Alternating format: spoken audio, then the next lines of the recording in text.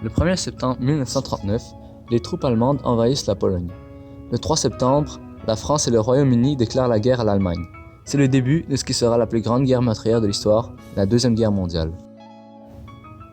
Et donc, vous l'avez compris, dans cette petite capsule, nous vous expliquerons les causes de la Deuxième Guerre mondiale.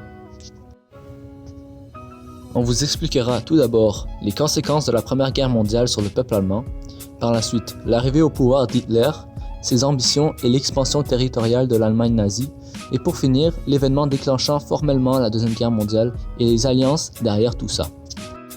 Après la reddition sans condition de l'Allemagne qui met fin à la Première Guerre mondiale, plusieurs traités seront faits, dont le fameux traité de Versailles de 1919, desquels les conditions seront jugées très lourdes par le peuple allemand. Perte de près de 15% de leur territoire, tels que la Lorraine et l'Alsace. Des dettes de milliards de dollars, leur service militaire aboli et seront forcés de renoncer à l'empire colonial. Ces conséquences seront l'une des principales conséquences de la Deuxième Guerre mondiale, car les Allemands auront une grande envie de vengeance. À la fin de la Première Guerre mondiale, l'Allemagne était très appauvrie par la guerre, et beaucoup de gens vivent encore comme humiliation le traité de Versailles. Une brève ère de prospérité commence en 1925, mais se termine en 1929 avec le crash de Wall Street qui entraînera une crise économique mondiale. Les faiblesses politiques permettent au NSDAP, Parti national socialiste des travailleurs allemands nazis, et à son chef Adolf Hitler de prendre le pouvoir légalement le 30 janvier 1933. Très vite, Hitler restaure le service militaire et met en œuvre une politique étrangère agressive. Cette politique est destinée à regrouper au sein d'un même État les populations germanophones d'Europe centrale.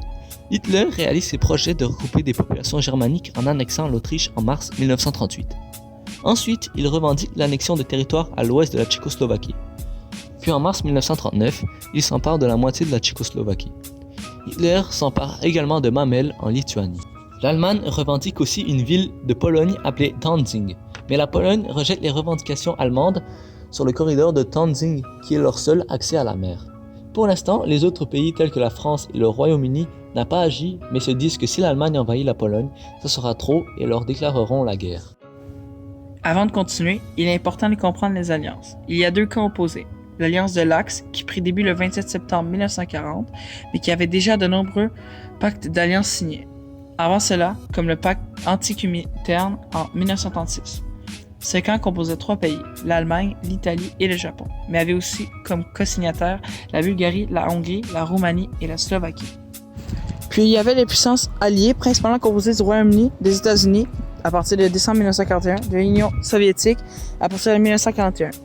Mais la France aussi a combattu les nazis. Les 2 premières années de la guerre, ce fut presque juste la France et le Royaume-Uni qui se battaient avant l'entrée des USA et de l'Union soviétique.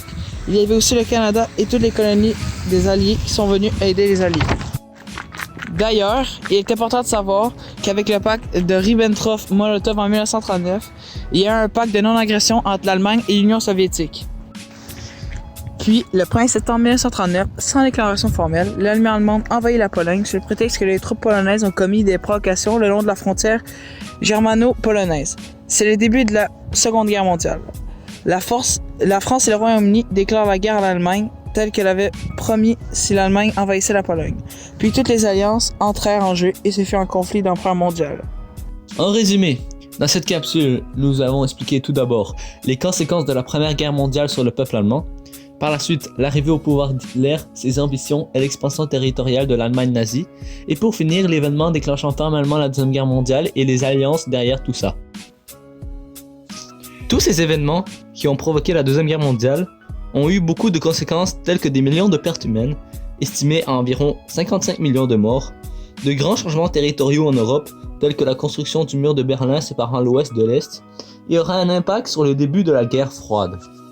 Mais sans la montée de Adolf Hitler au pouvoir, aurait-on pu éviter un tel génocide ?